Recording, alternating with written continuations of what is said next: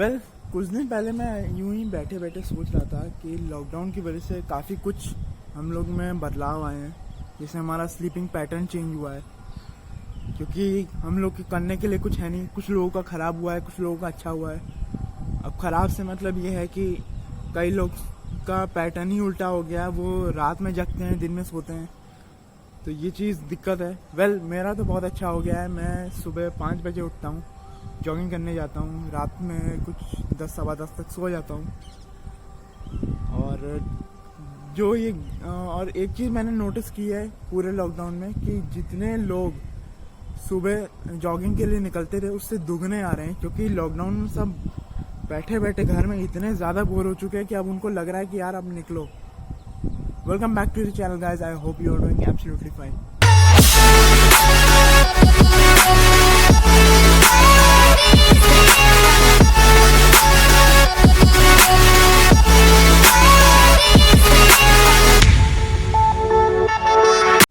Well unlock 1.0 की शुरुआत हो चुकी है, और ये बात मैं भी जानता हूँ और आप भी जानते हैं कि इस पूरे लॉकडाउन में काफ़ी चीज़ों का नुकसान हुआ है, और इस नुकसान को भरते भरते कम से कम साल भर तो लगेगा ही।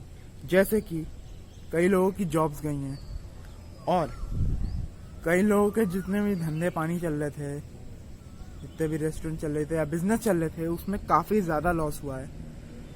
और सबसे ज़्यादा दिक्कत तो रेस्टोरेंट्स वालों की है, क्योंकि अभी अनलॉक आ चुका है लेकिन वो अभी भी नहीं खोल ले फॉर द सेफ्टी पर्पस, और उनके अलग रीजंस हैं, वो मैं आपको बताता हूँ। और वो रीजंस ये हैं कि अगर वो कह रहे हैं कि अगर हम लोग रेस्टोरेंट्स खोलेंगे, पहले ही इतना लॉकडाउन की वजह से नुकसान हो चुका है, वो लोग कह रहे हैं अगर मैं रेस्टोरेंट्स खोलता हूँ तो सैनिटाइजेशन, पूरे रेस्टोरेंट्स का बार बार सैनिटाइजेशन कराना पड़ेगा, उसके पैसे लगेंगे, ठीक है। अब डिलीवरी वालों को भी पैसा देना है, वर्कर्स को भी पैसा देना है, उसके पैसे अलग, ठीक है। ऊपर से इतना नुकसान वैसे ही लॉकडाउन की वजह से हो चुका है, तो अब भाई एक बिजनेसमैन के पास एक हद तक ही पैसा होएगा, उसके बाद वो कितना पैसा लगा, और वो भी रोज रोज सैनिटाइजेशन के लिए भी अच्छे खासे पैसे लगते हैं। वेल एक तरीके से देखा जाए तो मैं कह सकता हूँ कि लॉकडाउन जब था तब लोगों को परेशानी हो रही थी, लेकिन अब लॉकडाउन नहीं है तब भी कुछ लोगों को परेशानी है। वेल परेशानी तो नहीं है, लोग खुश हैं कि लॉकडाउन खुल गया है, लेकिन जिन लोगों की जॉब्स की दिक्कत है या और कोई फाइनेंशियल दिक्कत है, उन लोगों को प्रॉब्लम हो रही है सबसे ज़्यादा। वेल आप देख रहे हैं अनलॉक होने के बाद लाइफ अपने वापस रूटीन पे आना शुरू हो गई है। और देखा जाए तो जैसे पिछली बार जब लॉकडाउन था तो उससे तो कई ज़्यादा लोग अब निकल रहे हैं बाहर। और एक चीज़ मैं कहना चाहूँगा, अब परमिशन मिल गई है, खोल दिया है लॉकडाउन, लेकिन अपनी सेफ्टी और सिक्योरिटी अपने हाथों होती है। तो प्लीज़ कहीं भी जाओ मास्क पहन के निकलो, और जेब में, पॉकेट में आपका एक हैंड सैनिटाइज़र होना बहुत ज़रूरी है। और अगर कहीं खुदा न खास्ते भीड़ भाड़ वाले इलाके में जा रहे हो, कहीं ज़्यादा कंजस्टेड एरिया है, अब तो मत जाओ, अवॉइड करो। लेकिन अगर आपका कुछ ऐसा काम है कि आपको जाना पड़ेगा तो प्लीज़ एक फेस शील्ड आती है, मास्क लगाओ, फिर उसको पहन के निकलो फेस शील्ड को, वो आपका डबल प्रोटेक्शन करती है।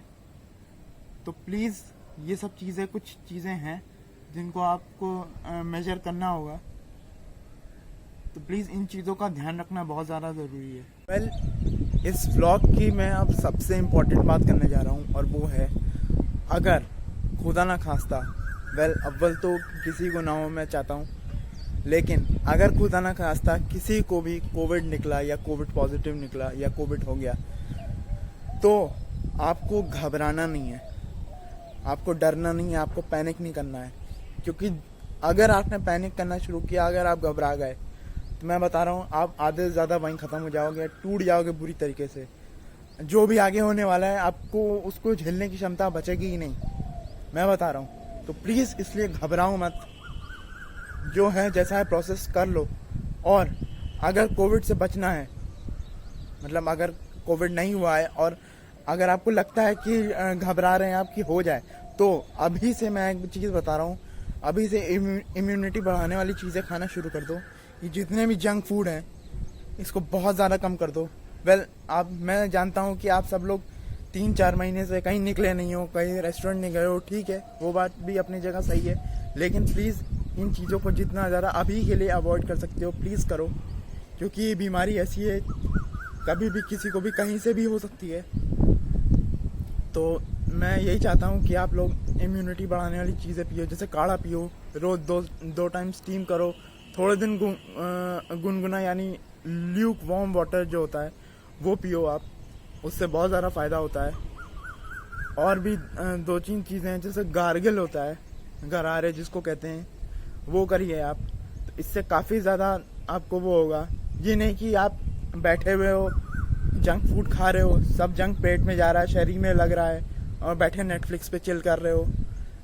नेटफ्लिक्स पे क्या, किसी पे भी चिल कर रहे हो, बैठे बैठे आपका वज़न और बढ़ रहा है, उससे भी इम्यूनिटी आपकी बहुत ज़्यादा गिरती है, तो वो आपके लिए डेंजरस है इस समय, वो भी ख़ास तौर से। तो आपको इन सब चीज़ों का बहुत ध्यान रखना पड़ेगा।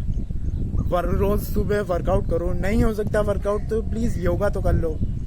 और सड़क पे तो आप चल ही सकते हो, सड़क पे या नीचे अपना, जैसे आपका अपार्टमेंट है, कुछ भी है, उससे नीचे अगर स्पेस है तो वहाँ वॉक कर सकते हो, जॉगिंग कर सकते हो।